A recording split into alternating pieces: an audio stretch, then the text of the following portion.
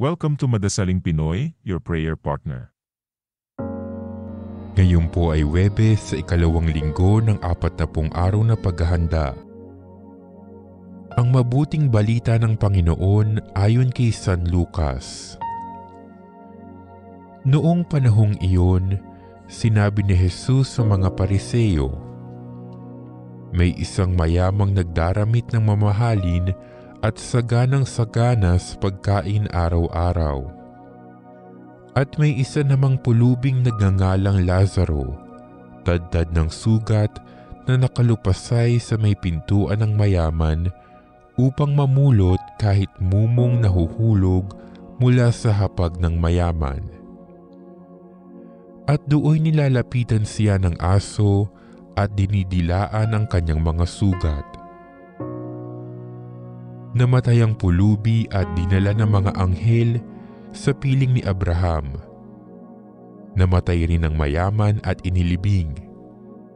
Sa gitna ng kanyang pagdurusa sa Hades, tumingala ang mayaman at kanyang natanaw sa malayo si Abraham, kapiling ni Lazaro. At sumigaw siya, 'Amang Abraham, mahabag po kayo sa akin. Utusan ninyo si Lazaro na isawsaw sa tubig ang dulo ng kanyang daliri at palimigin ang aking dila, sapagkat naghihirap ako sa apoy na ito.' Ngunit sinabi sa kanya ni Abraham,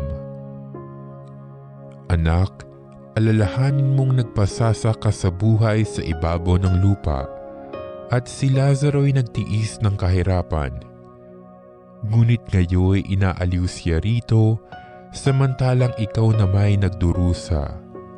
Higit sa lahat, inilagay sa pagitan natin ang isang malaking bangin upang ang mga narini ay hindi makaparian at ang mga nariyan ay hindi makaparini.' At sinabi ng mayaman, 'Kung gayon po, Amang Abraham, ipinamamanhit ko sa inyong papuntahan si Lazaro sa bahay ng aking ama, sapagkat ako'y may 5 kapatid na lalaki. Paparoonin nga ninyo siya upang balaan sila, at nang hindi sila humantong sa dakong ito ng pagdurusa.' Ngunit sinabi sa kanya ni Abraham, 'Nasa kanila ang mga utos ni Moises at ng mga propeta. Pakinggan nila ang mga iyon.' 'Hindi po sapat ang mga iyon,' tugon niya. 'Ngunit kung pumunta sa kanila ang isang patay na muling nabuhay, tatalikdan nila ang kanilang mga kasalanan.'